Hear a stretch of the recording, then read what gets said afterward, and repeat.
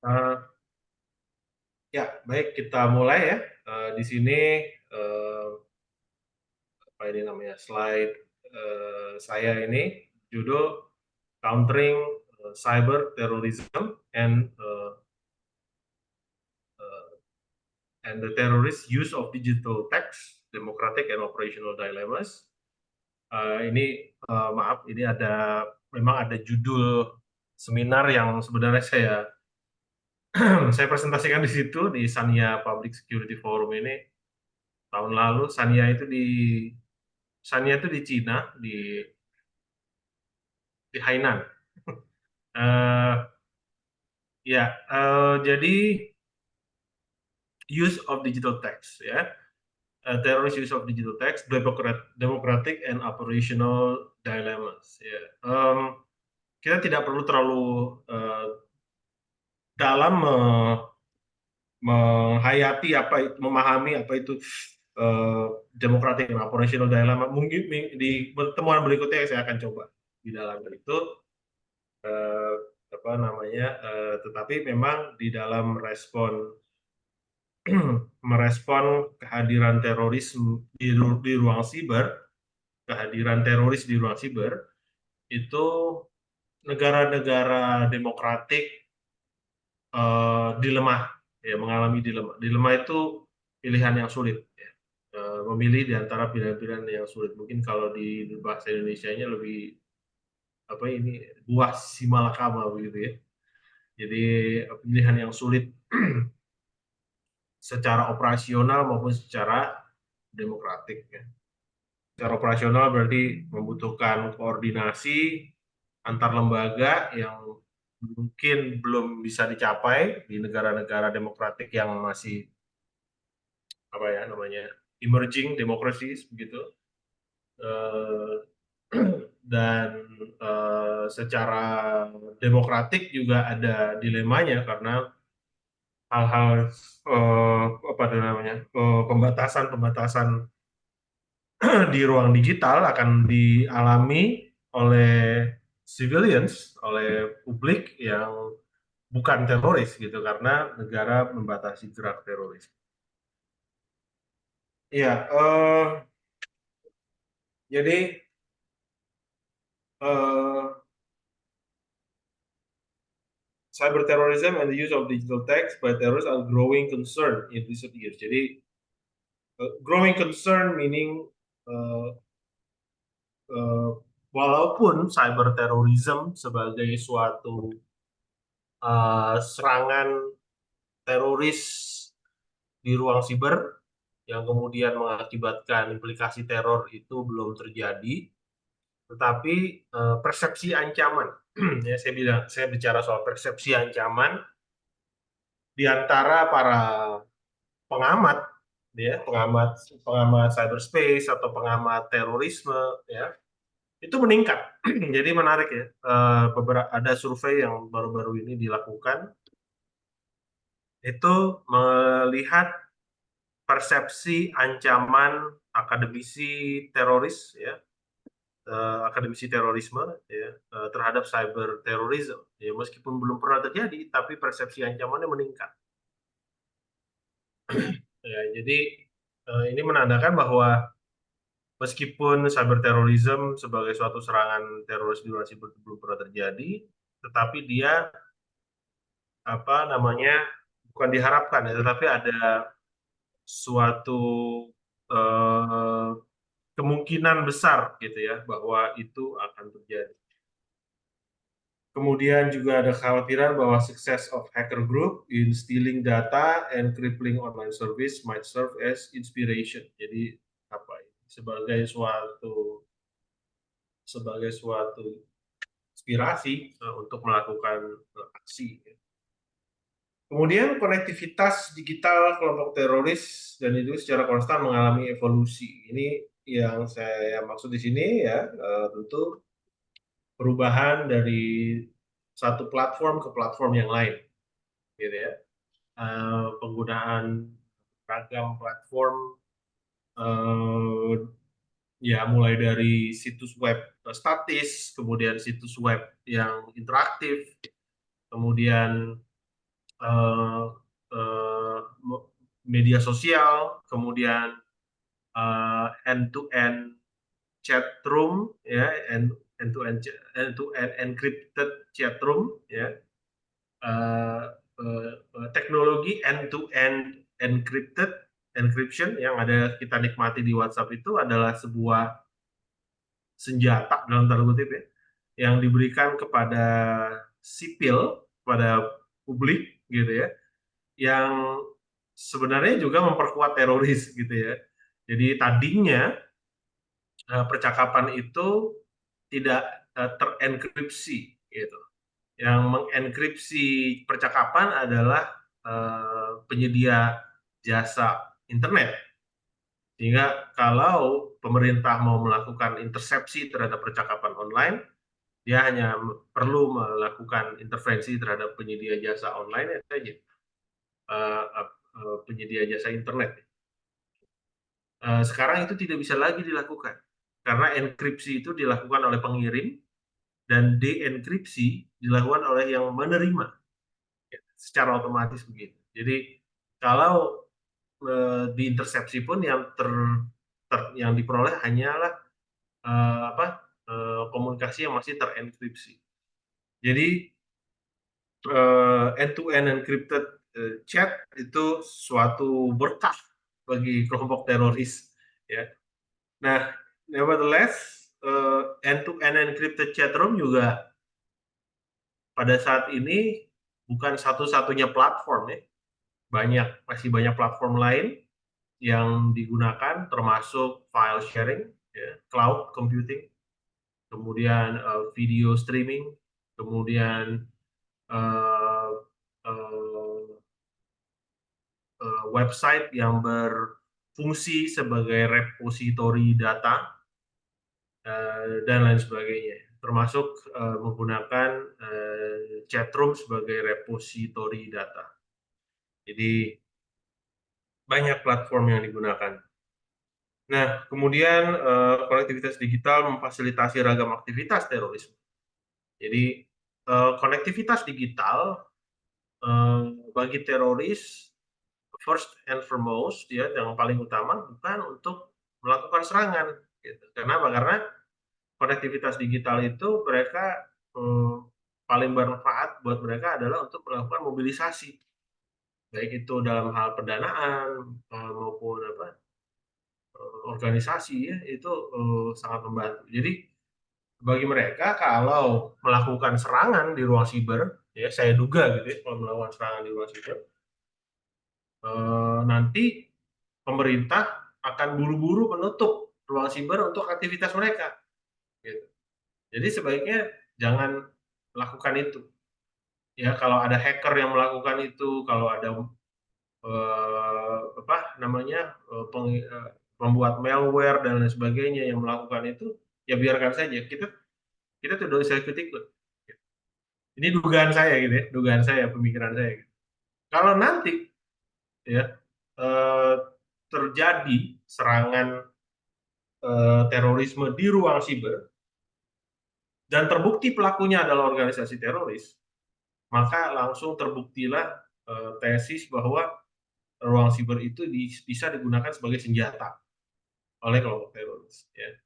Katakanlah misalnya gitu ya, skenario-nya hypothetical gitu ya. Skenario-nya misalnya eh, apa nih? Misalnya kelompok teroris melakukan serangan cyber, DDoS attack, the Distributed Denial of Services, terhadap katakanlah misalnya air traffic controller, ya, tahu kan ATC, air traffic controller yang ada di bandara, dilakukan serangan terhadap air traffic controller, dan sebagai akibatnya dua pesawat jumbo jet bertabrakan di udara. Ya, so it's like 9/11 all over again, ya kan. Kemudian terbukti nih organisasi teroris tertentu ini yang melakukan, organisasi teroris A begitu yang melakukan, maka akan langsung terjustifikasi lah, ya, semua upaya pemerintah di negara manapun maupun di level supranasional, ya, seperti PBB gitu ya, untuk melakukan tindakan-tindakan yang dianggap perlu untuk mengamankan ruang siber dari kehadiran organisasi teroris. Dan ter, terputuslah konektivitas mereka, gitu ya. Uh, apa namanya? Apa namanya? Minggu lalu kita juga udah bahas ya, gimana kemungkinan juga aparat juga senang gitu ya kalau teroris itu di ruang digital saja, itu lebih gampang dilacak gitu ya. Ya ini semua hypothetical ya. Kita semua berusaha menerka-nerka kenapa teroris belum menggunakan ruang siber sebagai senjata. Ya, belum melakukan hacking, melakukan apa namanya malware, menanam malware atau melakukan serangan di DOS atau melakukan serangan-serangan atau operasi-operasi ofensif lain di ruang siber. Kenapa belum melakukan itu? Nah, tapi dugaan saya yang paling kuat sebenarnya adalah kalau mereka memang melakukannya dan kemudian terbukti, most likely the case, semua justifikasi untuk melakukan counter cyber terrorism itu akan apa namanya akan terbangun ya. Jadi secara definitif terorisme sejatinya ditandai dengan penggunaan kekerasan, pembeda direct indirect target dan munculnya emosi publik. Jadi komponen-komponen utama dari definisi terorisme itu penggunaan kekerasan, pembeda direct dan indirect target dan emosi publik, munculnya emosi teror. Tapi kalau kita melihat cyber terrorism, tidak ada di antara tiga komponen ini yang bisa dipenuhi. Kekerasannya tidak terpenuhi, gitu ya, sulit dipenuhi ya.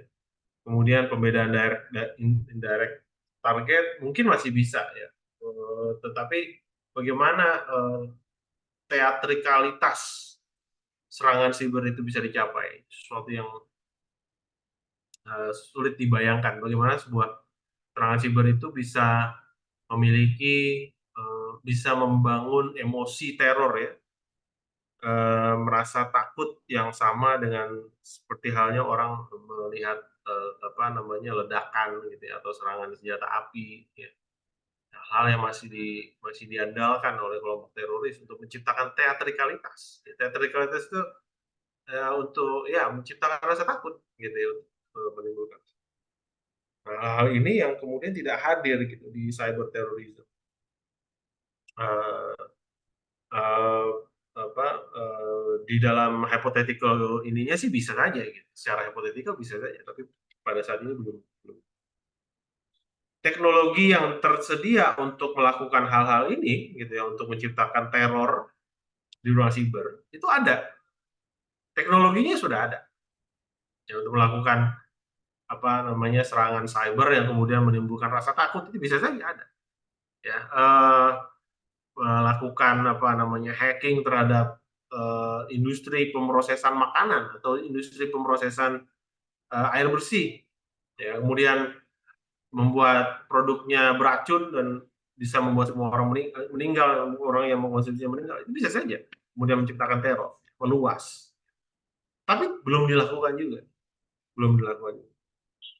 Nah, jadi eh, apa di dalam apa tuh namanya kajian terorisme itu terjadi suatu perpecahan, gitu ya. Jadi suatu perpecahan, apakah cyber terrorism itu harus memenuhi semua unsur ini, kekerasan, pembedaan direct target dan intended target, gitu ya, antara audience dan direct target, dan munculnya emosi publik. Apakah tiga-tiganya ini harus hadir atau eh, tidak harus? Jadi pembedaannya antara yang restriktif dan ekspansif. Nanti yang kita bahas. Nah, ini perbedaannya. Secara umum bisa kita katakan terorisme cyber itu penggunaan teknologi informasi untuk melakukan operasi ofensif atau disruptif maupun non disruptif. Nah, kalau ini kan kalau udah maupun non disruptif berarti kan ekspansif definisinya. Dengan tujuan menciptakan ketakutan melalui kekerasan atau ancaman kekerasan berdasarkan motif ya. Jadi sini ada unsur kekerasan, dan ancaman kekerasan berdasarkan motif keyakinan yang ekstremis. Mungkin kalau saya bisa revisi sedikit ya, definisi ini semestinya semestinya tidak non disruptif. Ini apa? Tidak tepat ini. Jadi operasi yang disruptif gitu ya. Pasti disruptif kalau sudah dia menciptakan kekerasan, ancaman kekerasan pasti dia disruptif. Ya, mungkin dia non disruptif. Nah, ini ada dua cabang pemahaman terorisme cyber yang disruptif, penargetan infrastruktur digital dan jaringan cyber atau penggunaannya sebagai senjata. Jadi dalam pemahaman yang disruptif, terorisme di ruang siber itu menggunakan infrastruktur digital sebagai senjata dan target. Instrumen apa nih namanya, instrumen serangan yang menggunakan ini digital, targetnya juga jaringan. Jadi sebagai target maupun senjatanya digital. Yang non disruptif itu ragam bentuk aktivitas pemanfaatan ruang siber untuk mencapai agenda kelompok terorisme. Jadi mungkin saya menulis maupun non disruptif di situ, pikiran saya itu begini, kalau ada sebuah serangan terorisme yang konvensional sifatnya, serangan konvensional ya, menggunakan bahan peledak atau senjata tajam atau senjata api gitu ya, tetapi perencanaan dan persiapan dari serangan itu semua dilakukan secara online. Jadi mulai dari persiapan dan perencanaannya online, tapi eksekusinya offline. Targetnya offline juga. Jadi serangannya konvensional, targetnya offline, targetnya konvensional, bukan bukan digital. Kan bisa saja targetnya misalnya infrastruktur digital gitu ya, kabel fiber optik atau infrastruktur digital lainnya. Apakah itu cyber terorisme? Ya kan? Apakah itu cyber terorisme? So, dalam suatu semangat untuk mengkategorisasi semua bentuk cyber terorisme yang mungkin terjadi, definisi saya kayak gini. Ya, jadi melakukan operasi yang disruptif maupun non disruptif. Kenapa operasi yang non disruptif? Iya, karena hanya persiapan dan perencanaan aja. Jadi selama dia menggunakan teknologi digital untuk persiapan dan perencanaan, kan tidak ada disrupsi. Kita sebagai pengguna teknologi digital yang bukan teroris maupun bukan aparat gitu ya, kita tidak terdisrupsi, kita masih bisa menikmati konektivitas digital. Ya akan berbeda ketika disruptif, konektivitas digital kita akan terganggu. Nah, tapi dia bisa menciptakan ancaman kekerasan atau melakukan kekerasan.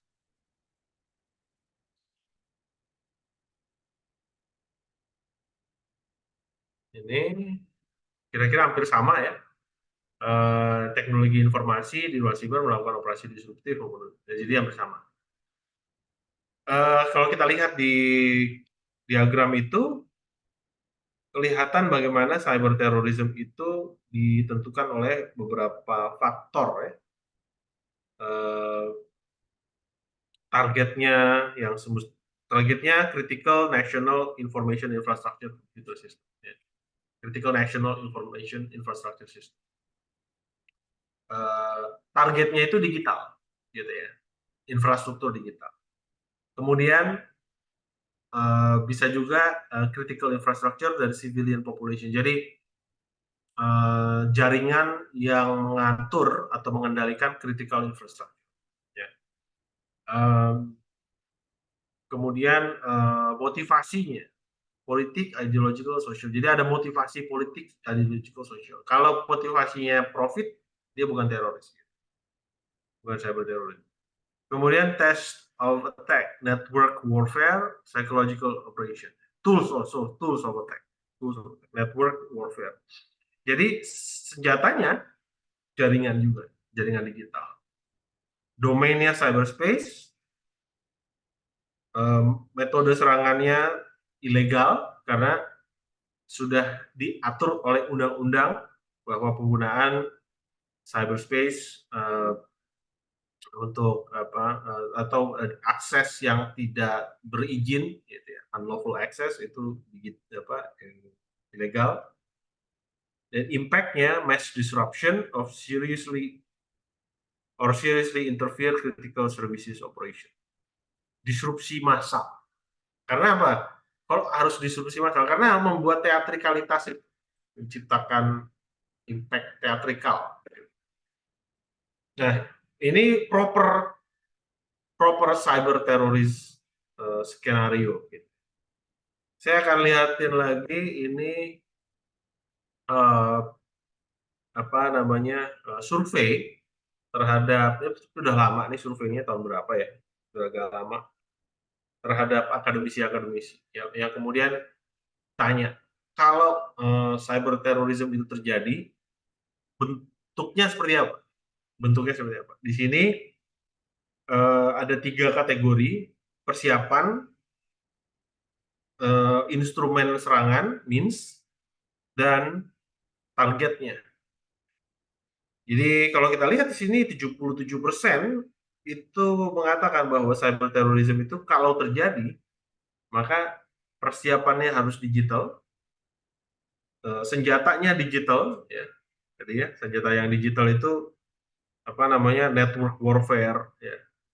Jadi menggunakan malware atau menggunakan DDoS attack, begitu ya, cyber attack, begitu ya, offensive cyber operation, dan targetnya juga digital.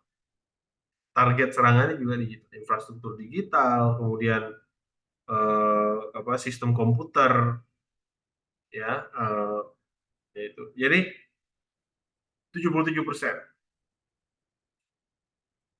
Ada yang 60%, nah ini yang 70% apa nih? Yang 70% itu persiapannya fisikal. Persiapannya fisikal, senjatanya digital, targetnya digital. Yang nomor 2. But in any case, gitu ya, sebagian besar itu beranggapan bahwa kalau cyber terrorism itu harus means and targetnya digital. Sebagian besar mengatakan begitu. Mengapa kok dilakukan survei? Karena definisinya memang belum disepakati, begitu ya. Belum disepakati. Kemudian yang 60% mengatakan targetnya physical, berarti targetnya offline, gitu ya, targetnya bukan digital. Masih bisa dikategorikan cyber terrorism. Kemudian 49% itu senjatanya yang physical. Senjata physical tuh kayak apa sih? Misalnya persiapannya digital, kemudian dia melakukan pemboman terhadap infrastruktur digital, gitu. Ya, pemboman terhadap CSIRT, gitu ya, Security Incidents Response Team, yang bertugas untuk melakukan respon kalau terjadi serangan siber, melakukan serangan terhadap tower-tower sinyal satelit, gitu ya, misalnya. Kemudian melakukan pemboman terhadap misalnya bursa efek pernah dibom ya. Di Indonesia, bursa efek Jakarta pernah kena bom tahun 99 di parkiran ya. Kemudian karena dibom bursa efek, kemudian ekonomi mengalami gangguan, gitu ya. Itu ada cukup banyak yang menjawab begitu ya, 49%. Jadi serangannya konvensional, tapi yang ditarget infrastruktur digital bisa juga. Nah, semuanya masih hypothetical, semua yang disetujui, gitu ya, yang warnanya green, gitu ya, itu masih hypothetical. Kemudian kalau yang 61% itu persiapannya digital, senjatanya fisikal, targetnya fisikal. Nah, itu 61% no. Bukan cyber terrorism. Saya kira ini adalah sebuah diagram yang menarik, gitu ya. Diagram yang menarik kalau kita nanti berpikir tentang membuat suatu hukum yang mempidana, gitu ya, mempidana orang atau organisasi karena aktivitas di ruang sibernya memiliki tujuan-tujuan terorisme. Ya, pada saat ini belum ada pidana kayak gitu. Ya. Apa, di Cina udah ada pidana kayak gitu. Nah, tadi kalau misalnya kita mau pikir mau mempidana cyber terrorism, ini hal-hal yang harus kita pikirkan. Eh, Saat ini serang apa eh, kehadiran di ruang siber itu cukup rame ya. ISIS itu punya Elocap One website ya. Eh, ya,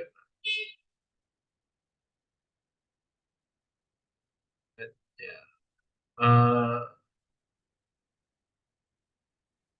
ya, ada tidaknya ada 331 channel ya atau saluran online yang kemudian memfasilitasi distribusi eh, propaganda militan.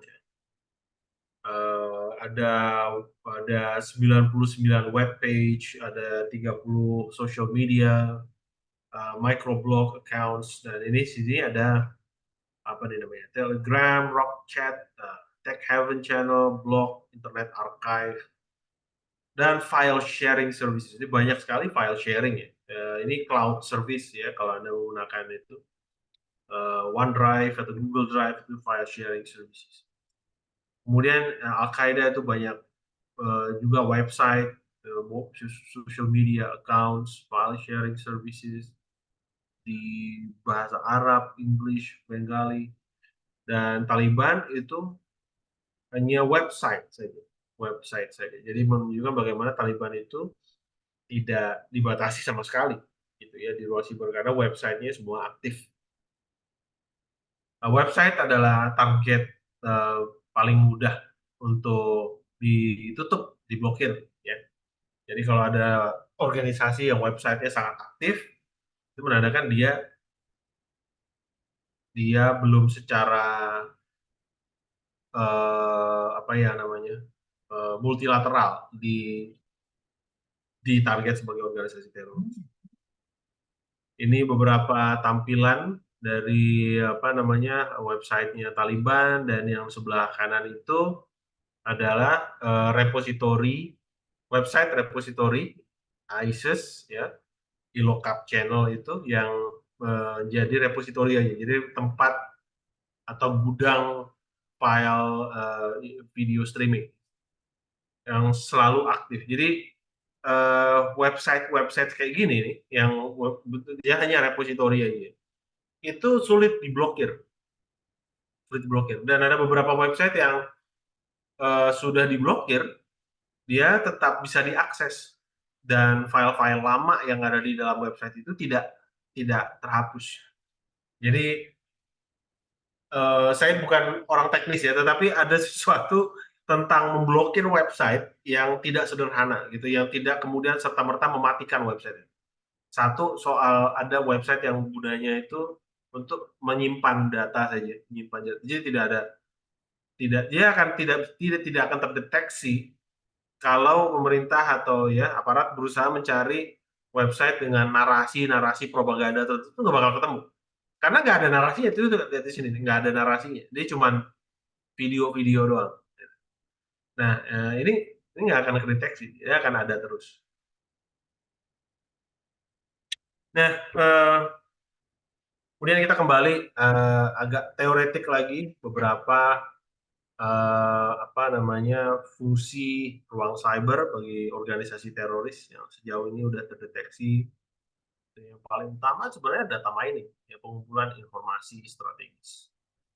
Um, ada beberapa uh, pimpinan JI gitu ya, yang ketangkap, kemudian di dalam BAP-nya dia masih menggunakan internet juga. Untuk apa? Untuk tahu organisasinya sekarang keadaannya kayak apa gitu kan.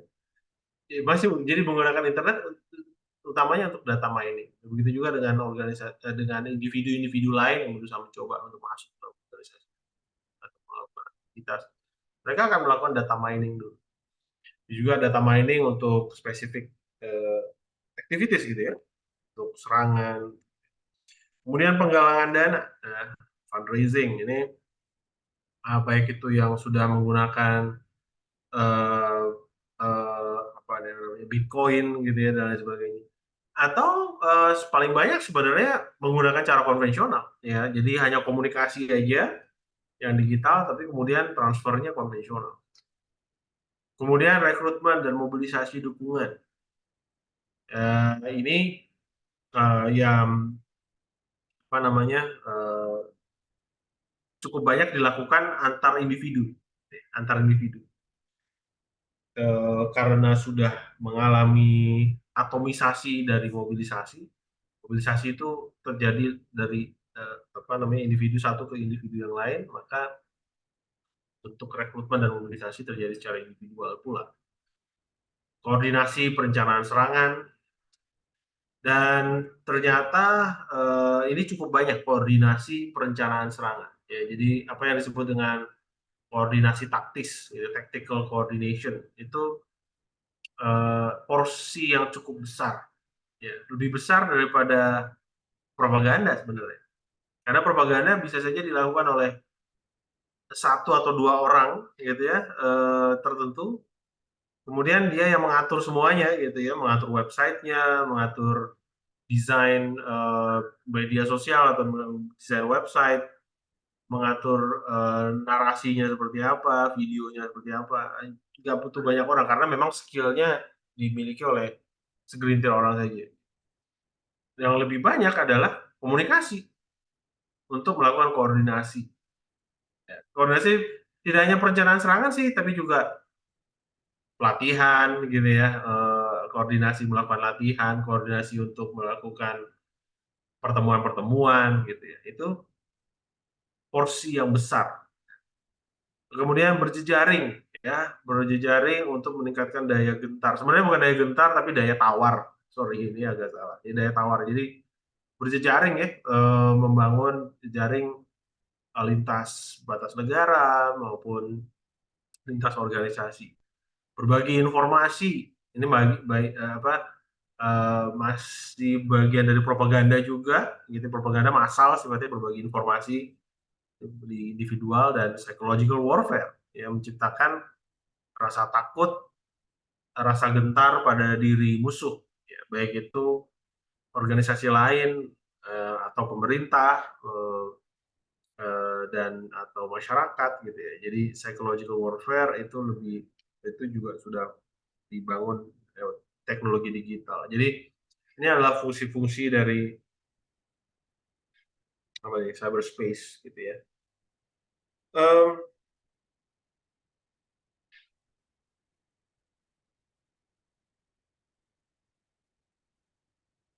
ya,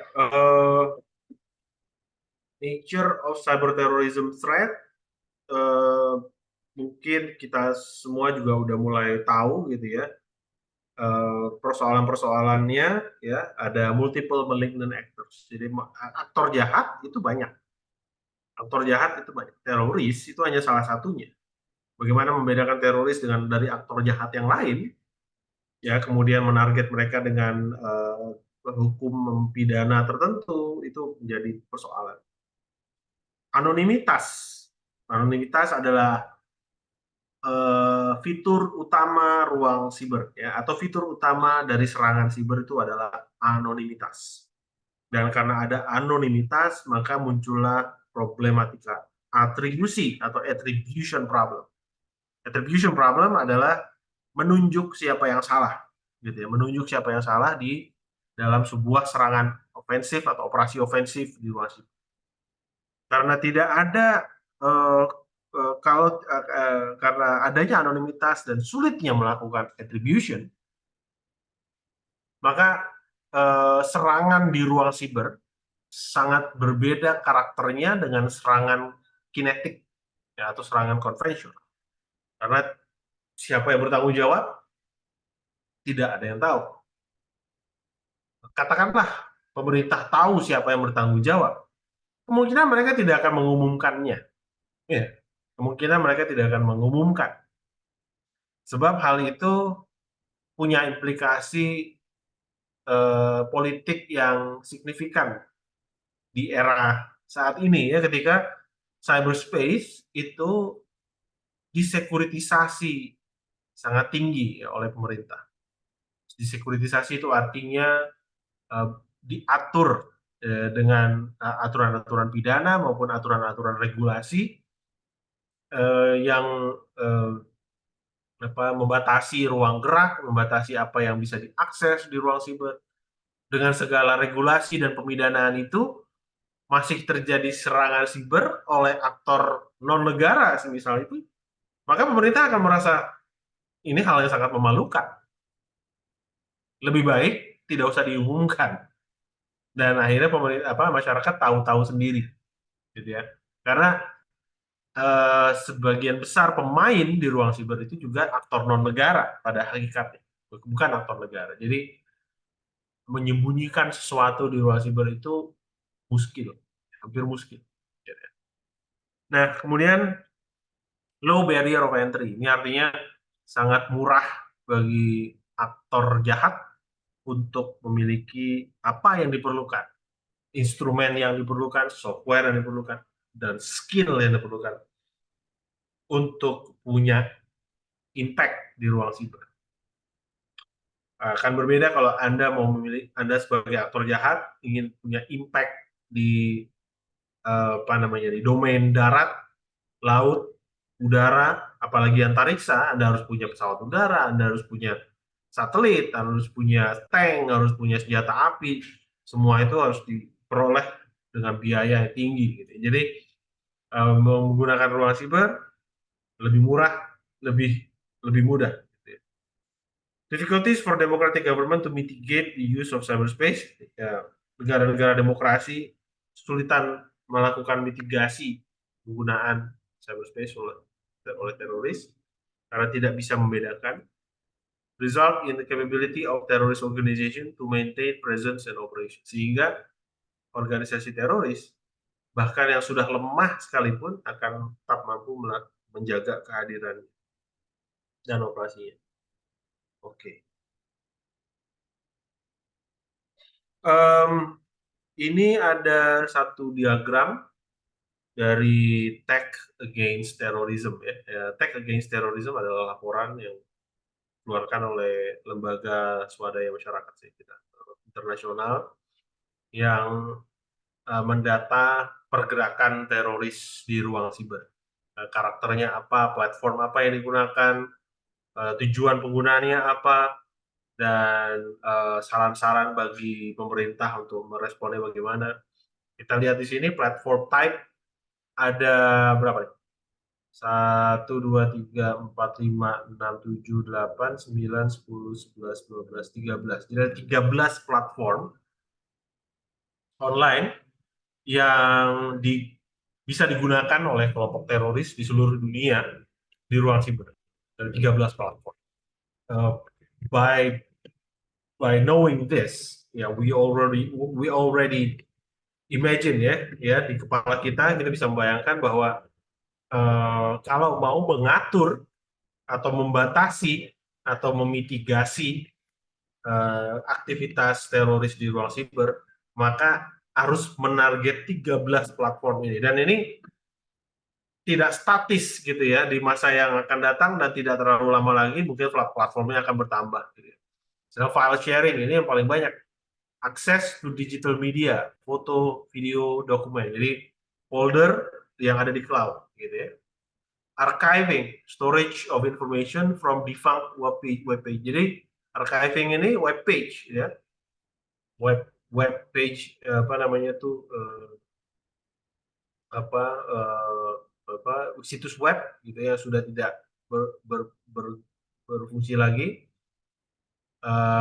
kemudian hanya menjadi tempat untuk penyimpanan informasi. Forum diskusi, ya, conversation in forms posted in the form of posted messages, video hosting, video sharing, link shortener, social media ini paling udah agak sedikit. Jadi kalau kita lihat sejauh mana porsinya seperti apa, seperti ini ya.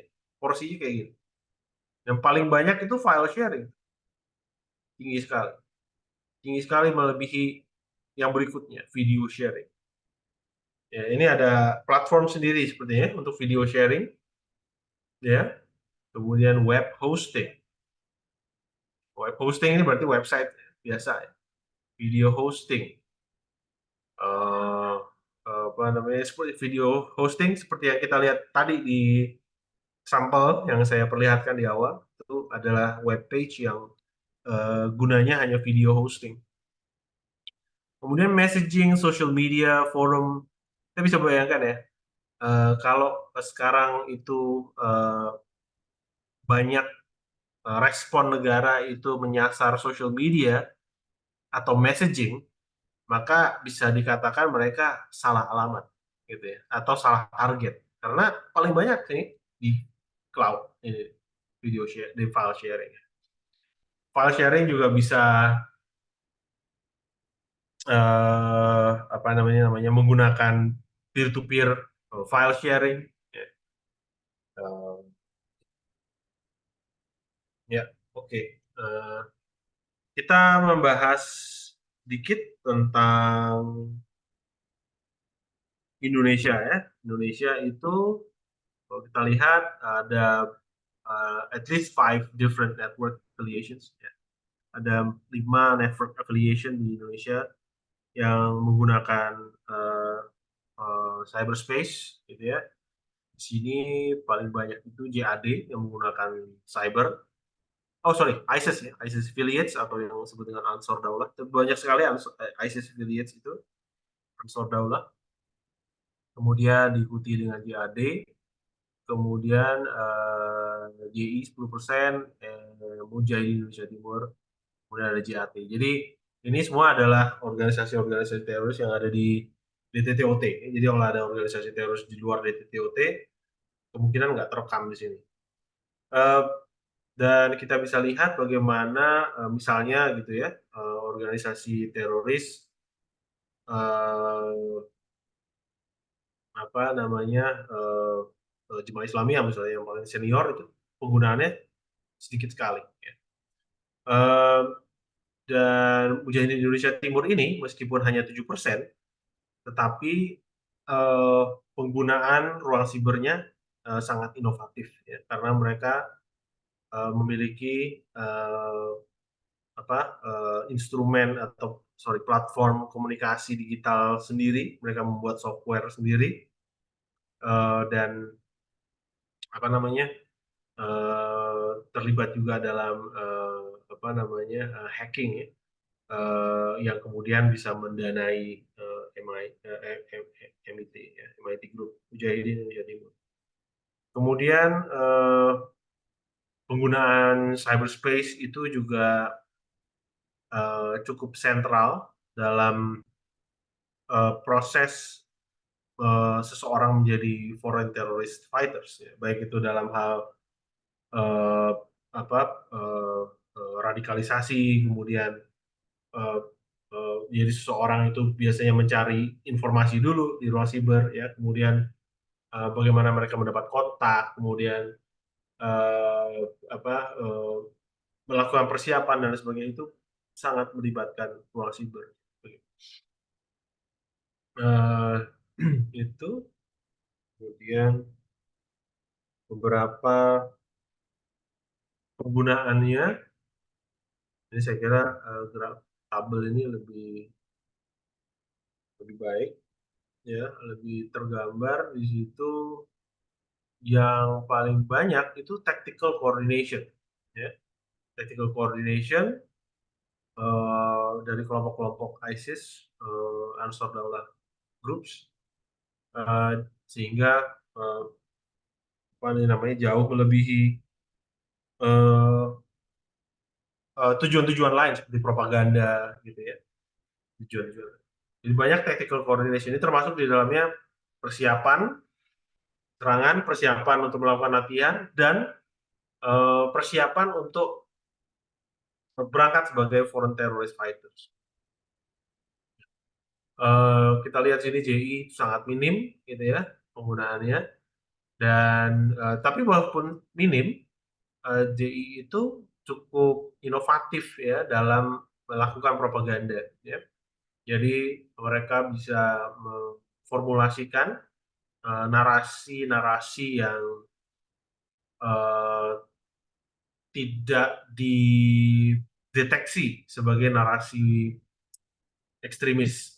Ya. Jadi bahasa-bahasanya lunak begitu ya dan bersahabat sehingga tapi apa namanya apa eh, apa namanya mengkampanyekan Daulah Islamiyah dan lain sebagainya. Jadi nggak terdeteksi. Jadi propagandanya inovatif.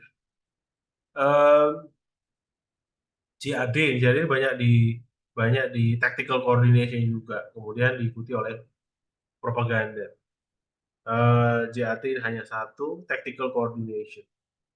MIT banyak di tactical coordination juga. Jadi tactical coordination ini porsi yang cukup besar.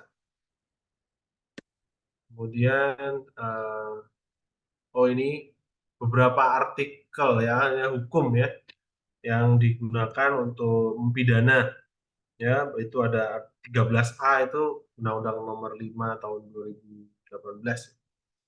Nomor 13A itu eh, mempidana seseorang yang mengajak orang lain untuk ikut dalam aktivitas terorisme. Jadi bukan digital, tidak tidak khusus cyber activity, ya, tetapi memobilisasi orang, baik itu cyber maupun non cyber sebenarnya. Jadi banyak yang melakukan aktivitas cyber itu ditangkapnya dengan itu 13A. Kemudian yang 13C itu perbantuan. 12A itu mengajak untuk masuk ke dalam organisasi teroris. Baik. Jadi tidak ada yang secara khusus mengatur persoalan cyber di Undang-Undang Nomor 5 2018. Kemudian nomor 4 itu apa tuh perbantuan ya. Nomor 15 itu yang paling banyak. Ini adalah permufakatan jahat. Ya, permufakatan jahat eh, apa namanya secara umum gitu ya mengatur partisipasi seorang dalam membantu apa namanya terjadinya suatu aktivitas terorisme yang berpotensi bisa menjadi serangan gitu. Eh, apa ini yang paling banyak. Eh, dan itu lagi-lagi tidak mengatur suatu fungsi apa domain cyber saja gitu. Jadi tidak spesifik di situ. Dan apa eh, penaltinya atau hukumannya juga lemah ya karena hanya pasal perbantuan. Jadi biasanya lapis kedua gitu ya dari suatu pemidanaan yang digunakan oleh jaksa di pengadilan biasanya ini apa namanya pasal 15 ini pasal yang agak pasal karet sebenarnya ya. Jadi beban pembuktiannya tidak terlalu berat gitu. Nah, sehingga hasilnya pemidanaannya cenderung ringan, hanya 1 sampai 5 tahun. Paling banyak itu 1 sampai 5 tahun.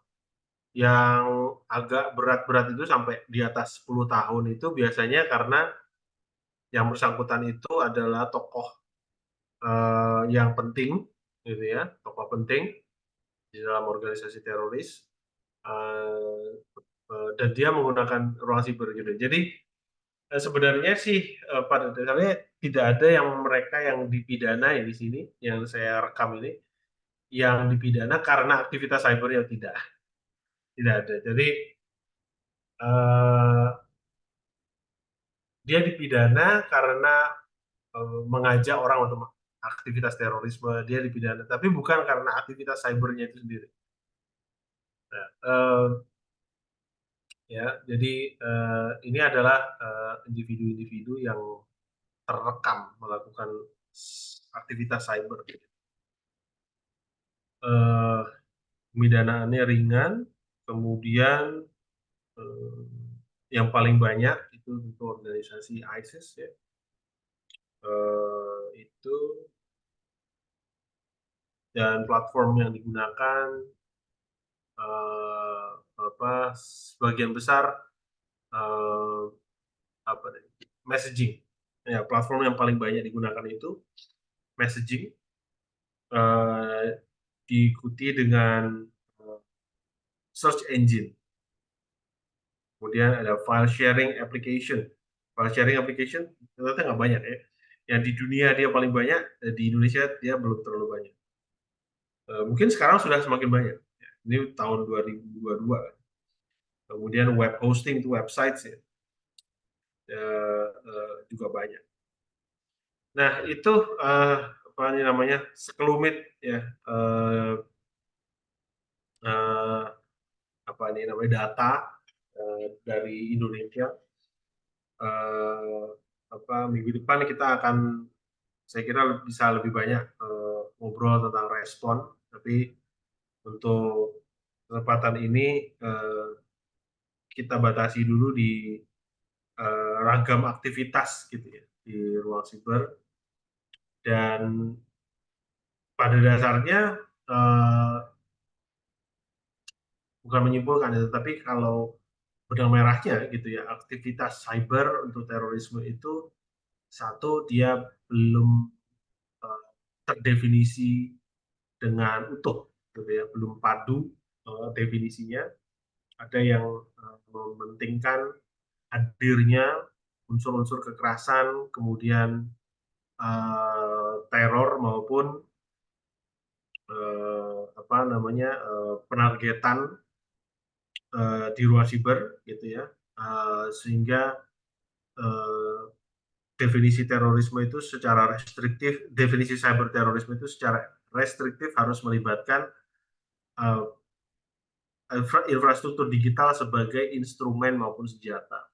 Dan ada yang secara uh, ekspansif ya, bukan restriktif tetapi ekspansif mendefinisikannya.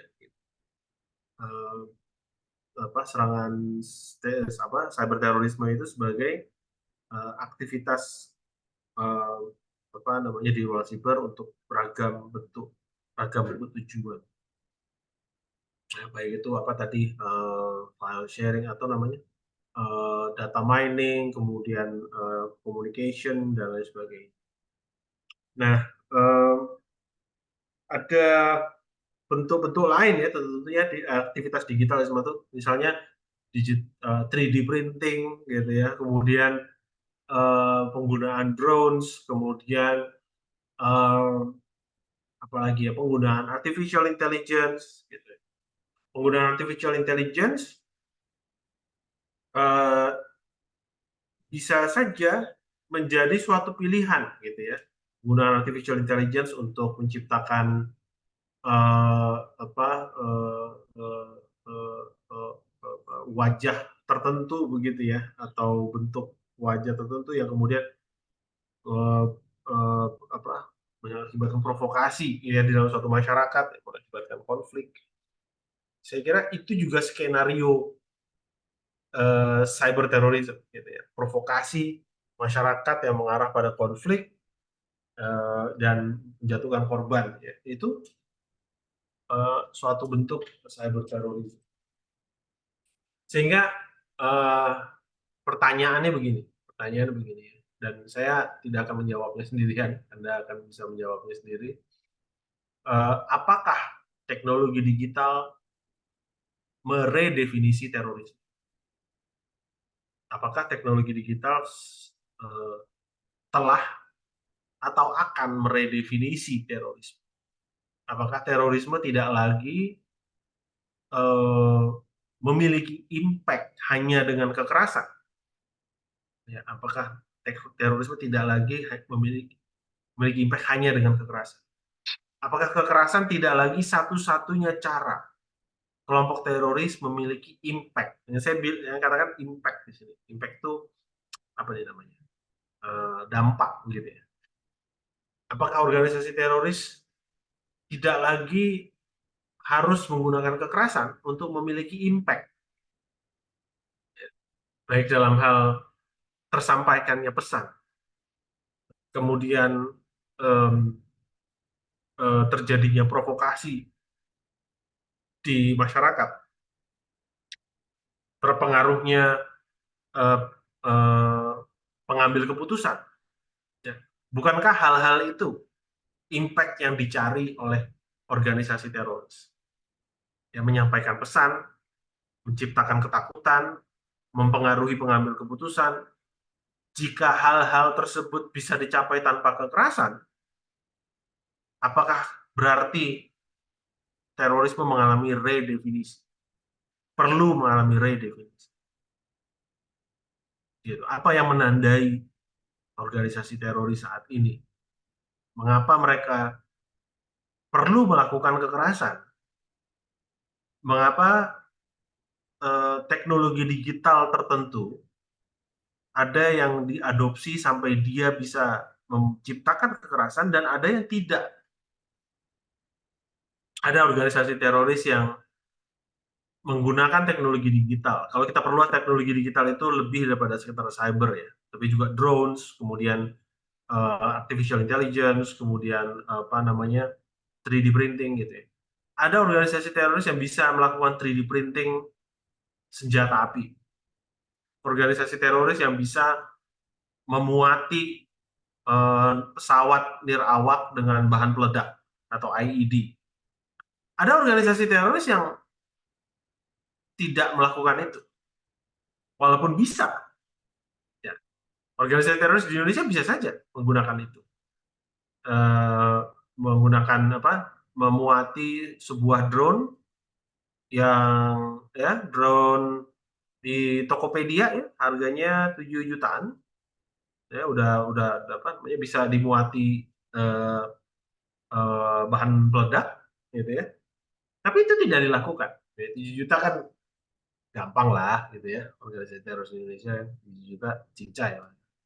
Tapi nggak dilakukan, walaupun bisa. Mengapa teknologi digital itu tidak seragam pengadopsian? Apa yang menyebabkan hal itu? Eh, di sisi lain ada organisasi-organisasi teroris ya yang apa sudah sangat lanjut tahapnya dalam pengadopsian teknologi digital. Tentu kita bisa mengatakan, oh ini tentu ada sponsor. Iya dong, sponsor ya. Baru-baru ini yang muncul dalam pemberitaan itu, dalam pembahasan terorisme itu adalah Houthi, ya kan? Organisasi Houthi, ya pemberontak ya. Houthi ini ceritanya pemberontak ya. Tapi sudah menjadi semi negara dia, yang bisa meluncurkan drones dari jarak yang sangat jauh. Ya, ini bukan drones, bukan sembarang drones, tapi yang bisa diluncurkan dari jaraknya dari Yaman, pada dasarnya dari Yaman sampai ke Israel gitu ya, sampai kemana gitu ya. Jadi jaraknya sangat jauh, ribuan kilometer. Drone-nya bisa ribuan kilometer. Ada yang bisa sangat canggih begitu dan ada yang biasa-biasa aja. Kalau kita bisa mengatakan sponsornya ada nih mas, gitu, sponsornya ada. Iya, tapi sebenarnya kalau kita telusuri, kalau misalnya itu saya katakan tadi, ya bisa membeli drone di Tokopedia gitu ya. Sebenarnya bisa saja kalau mau, tapi tidak diupayakan. Ya. Ada sesuatu yang mempengaruhi organisasi teroris mengadopsi atau tidak mengadopsi teknologi digital tertentu sebagai bagian dari arsenal, sebagai bagian dari penjataan. Eh, gitu ya. Saya kira teknologi digital membuat terorisme sedang di persimpangan jalan. Arahnya mau kemana? Mau tetap di jalur kekerasan atau bisa termasuk di dalamnya non kekerasan? Mungkin non-violent terrorism, non-violent extremism bisa menjadi pembahasan-pembahasan lebih besar lagi ke depan. Ya, itu dari saya. Silakan kalau ada yang mau dibahas atau ditanyakan.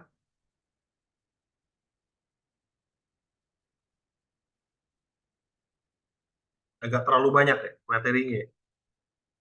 Enggak, Pak. Pak, saya hanya mau diskusi nyambung yang minggu lalu, Oh, Pak. ya, Balik.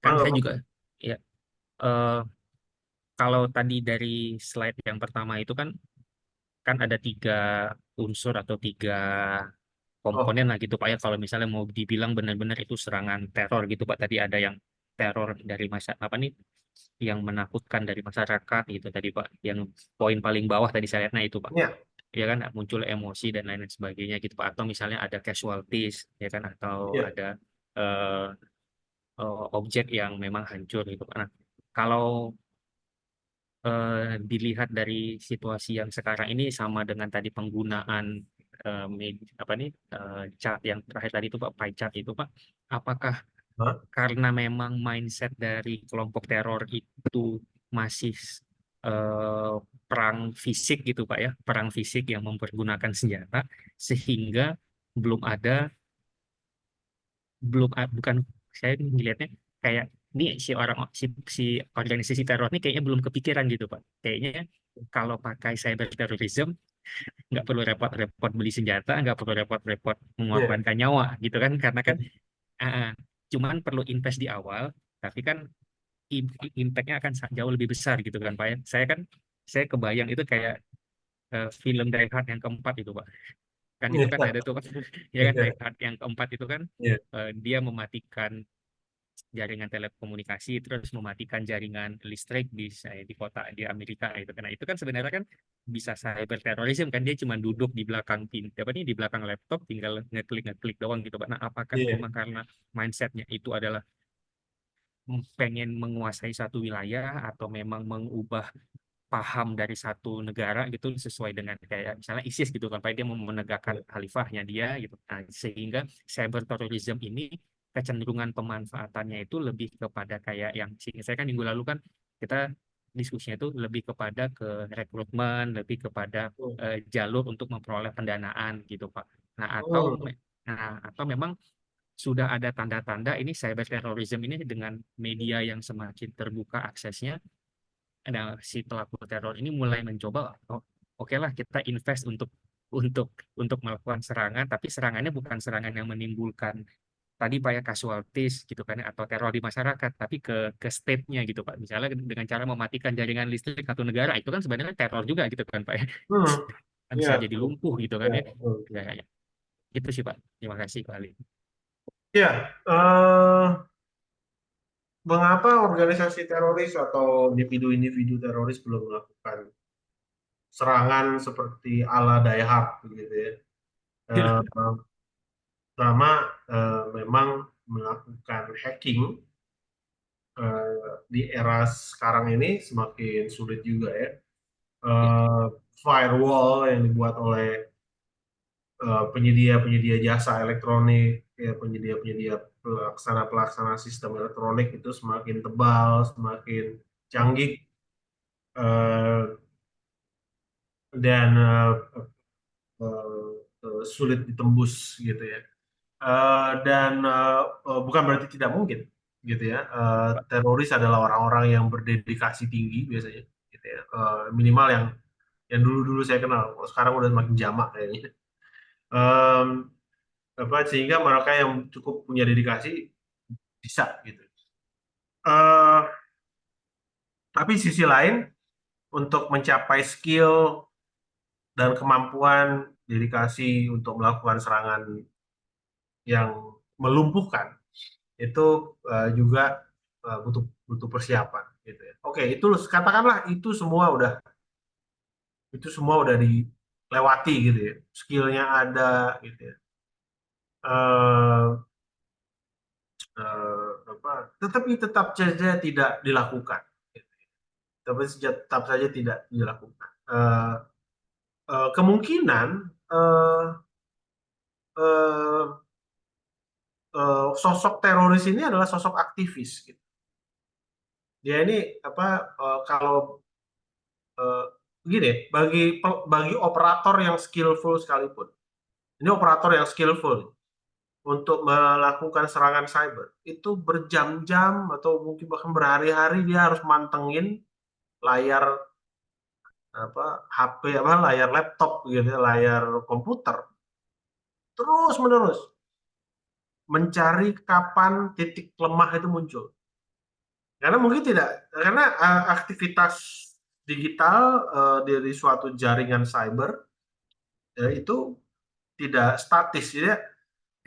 Ada masa-masanya orang melakukan kesalahan sehingga password itu bisa dijebol. Misalnya. Ada masa-masanya apa namanya pengawas-pengawas cyber security itu tidak waspada sehingga firewall-nya bisa dijebol. Jadi dia tidak statis, dia menguat, kadang lemah gitu. Dia mencari momentum ketika firewall-nya sedang lemah itu nggak apa butuh waktu.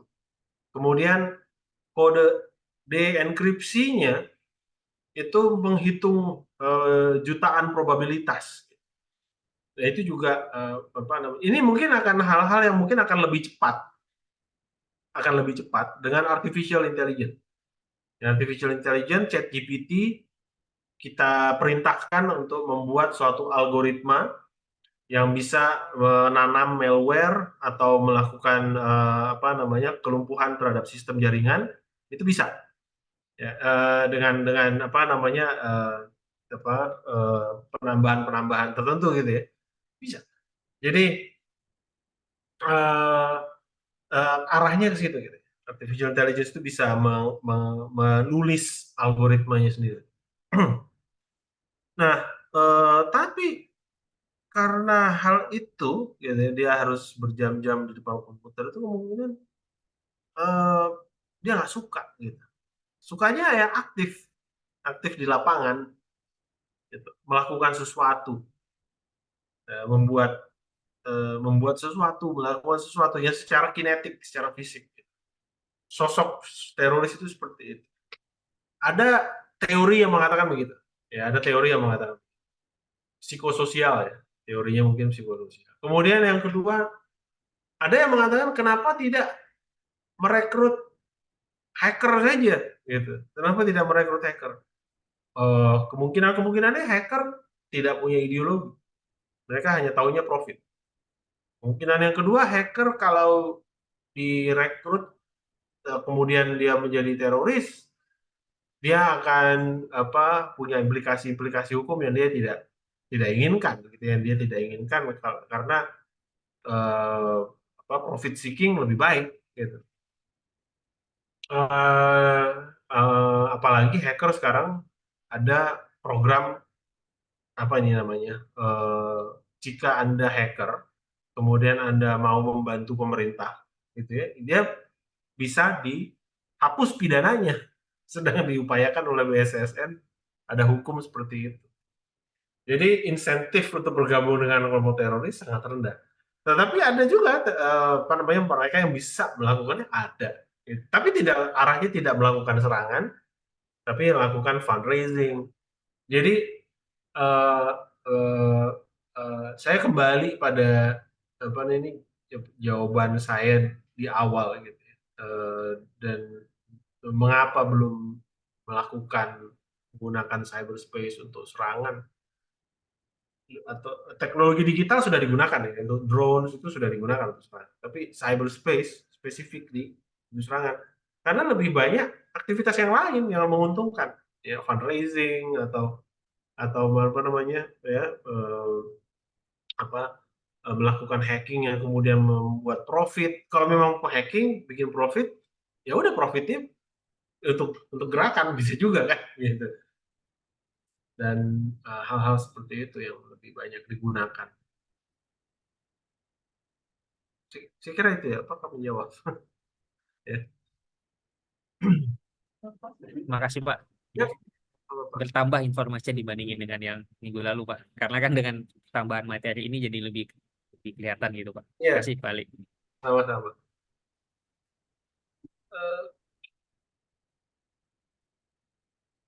Eh, saya mau ini aja ya, apa namanya ada